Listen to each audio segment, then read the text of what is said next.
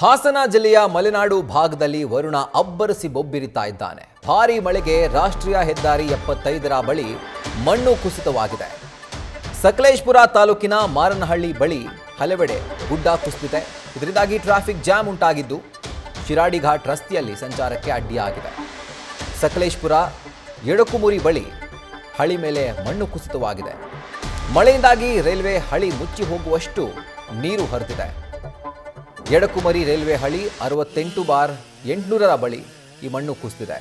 ಭಾರೀ ಅವಾಂತರಗಳೇ ಮಲೆನಾಡು ಭಾಗದಲ್ಲಿ ಸೃಷ್ಟಿಯಾಗ್ತಾ ಇರೋದು. ಅದರಲ್ಲೂ ಕೂಡ ಹಾಸನ, ಚಿಕ್ಕಮಗಳೂರು ಅತ್ಯಂತ ಹೆಚ್ಚು ಹಾನಿಗೆ ಒಳಗಾಗಿರುವಂಥ ಜಿಲ್ಲೆಗಳು ಮಲೆನಾಡು ಭಾಗಕ್ಕೆ ಕಂಪೇರ್ ಮಾಡಿದರೆ. ಸೊ ಹಾಸನ ಜಿಲ್ಲೆಯ ಮಲೆನಾಡು ಭಾಗದಲ್ಲಿ ವರುಣ ಅಬ್ಬರಿಸಿ ಬೊಬ್ಬಿರಿತಾ ಇರೋದ್ರಿಂದ ರಾಷ್ಟ್ರೀಯ ಹೆದ್ದಾರಿ 75ರ ಬಳಿ ಮಣ್ಣು ಕುಸಿತವಾಗಿದೆ. ಇನ್ನು ಸಕಲೇಶಪುರ ತಾಲೂಕಿನ ಮಾರನಹಳ್ಳಿ ಬಳಿ ಹಲವೆಡೆ ಗುಡ್ಡ ಕುಸಿದಿದೆ. ಅದೇ ತಾಲೂಕಿನ ಎಡಕುಮರಿ ಬಳಿ ಹಳಿ ಮೇಲೆ ಮಣ್ಣು ಕುಸಿತವಾಗಿದೆ. ಮಳೆ ನೀರು ನಿಂತ್ಕೊಂಡಿದೆ. ಈ ರೀತಿಯಾಗಿ ಸಾಲು ಸಾಲು ಅವಾಂತರಗಳೇ ಮಳೆಯಿಂದಾಗಿ ಈಗ ಸೃಷ್ಟಿಯಾಗ್ತಾ ಇರೋದು.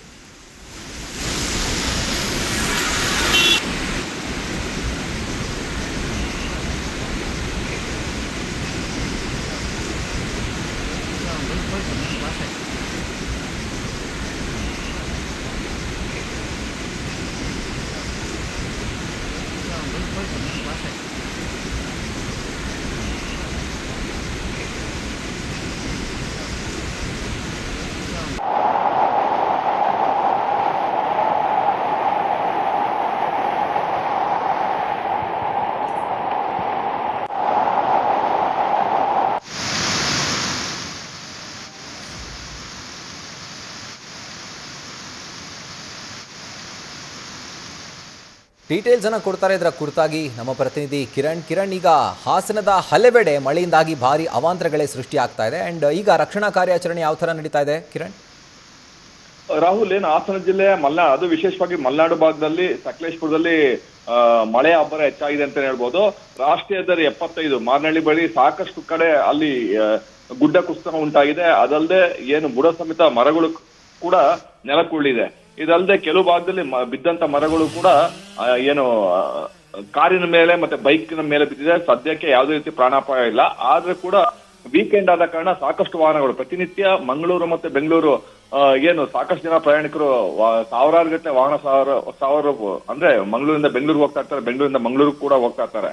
ಈ ಅಲ್ಲಲ್ಲಿ ಗುಡ್ಡ ಕುಸಿತ ಉಂಟಾಗಿರೋದು ಮತ್ತೆ ಮರಗಳು ಬಿದ್ದಿರೋದು, ಕೆಲವು ಭಾಗದಲ್ಲಿ ಲೈಟ್ ಕಂಬಗಳು ಬಿದ್ದಿರೋದು ಸಾಕಷ್ಟು ಸಂಚಾರಕ್ಕೆ ಅಡೆತಡೆ ಮಾಡಿದೆ. ಕೂಡಲೇ ಅಲ್ಲಿ ಸ್ಥಳಕ್ಕೆ ಏನು ಸಂಬಂಧಪಟ್ಟ ಅಧಿಕಾರಿಗಳು ಬಂದಿದ್ದಾರೆ, ತೆರವಿನ ಕಾರ್ಯಾಚರಣೆ ಕೂಡ ಮಾಡ್ತಾ ಇದ್ದಾರೆ. ಆದ್ರೆ ಟ್ರಾಫಿಕ್ ಜಾಮ್, ಕಿಲೋಮೀಟರ್ ಗಟ್ಟಲೆ ಟ್ರಾಫಿಕ್ ಜಾಮ್ ಕೂಡ ಆಗಿದೆ.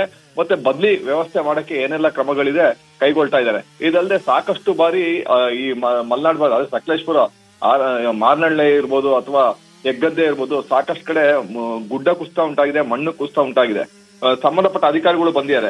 ಇದಲ್ಲದೆ ಎಡಕುಮರಿ, ಸಕಲೇಶಪುರದ ಎಡಕುಮರಿ ಬಳಿ ರೈಲ್ವೆ ಟ್ರ್ಯಾಕ್ ಮೇಲೂ ಅಷ್ಟೇ ಸಾಕಷ್ಟು ಗುಡ್ಡ ಕುಸಿತ ಉಂಟಾಗಿ ಮಣ್ಣು ರೈಲ್ವೆ ಟ್ರ್ಯಾಕ್ ಮೇಲೆ ಬಂದಿರುವಂತದ್ದು. ಮತ್ತೆ ರೈಲ್ವೆ ಟ್ರ್ಯಾಕ್ ಇಡೀ ಒಂದ್ ರೀತಿ ಏನು ಕೆರೆ ರೀತಿ ವಾತಾವರಣ ನಿರ್ಮಾಣ ಆಗಿದೆ. ಅಲ್ಲೂ ಕೂಡ ರೈಲ್ವೆ ಸಿಬ್ಬಂದಿಗಳು ಸ್ಥಳಕ್ಕೆ ಭೇಟಿ ಕೊಡ್ತಾ ಇದ್ದಾರೆ. ಮತ್ತೆ ರೈಲ್ವೆ ಅಲ್ಲಿ ಏನು ಮಣ್ಣು ಬಿದ್ದಿದೆ, ಕಲ್ಲು ಮಣ್ಣು ಏನ್ ಬಿದ್ದಿದೆ ಅದನ್ನೆಲ್ಲ ತೆರವಿನ ಕಾರ್ಯಾಚರಣೆ ಸಮರೋಪಾದಿಯಲ್ಲಿ ಮಾಡ್ತಾ ಇದ್ದಾರೆ. ಸದ್ಯಕ್ಕೆ ಶಿರಾಡಿ ಘಾಟಿಗೆ ಏನು ಬರಂತ ವಾಹನ ಬದಲಿ ವ್ಯವಸ್ಥೆಗೆ ಮಾಡಂತ ಎಲ್ಲ ಸಿದ್ಧತೆಗಳು ನಡೀತಾ ಇರುವಂತದ್ದು. Rahul, right Kiran, thank you ಡೀಟೇಲ್ಸ್ಗೆ. ನ್ಯೂಸ್ ಫಸ್ಟ್ ನಿರ್ಭೀತಿಯಿಂದ ನಿಮ್ಮ ಪರವಾಗಿ.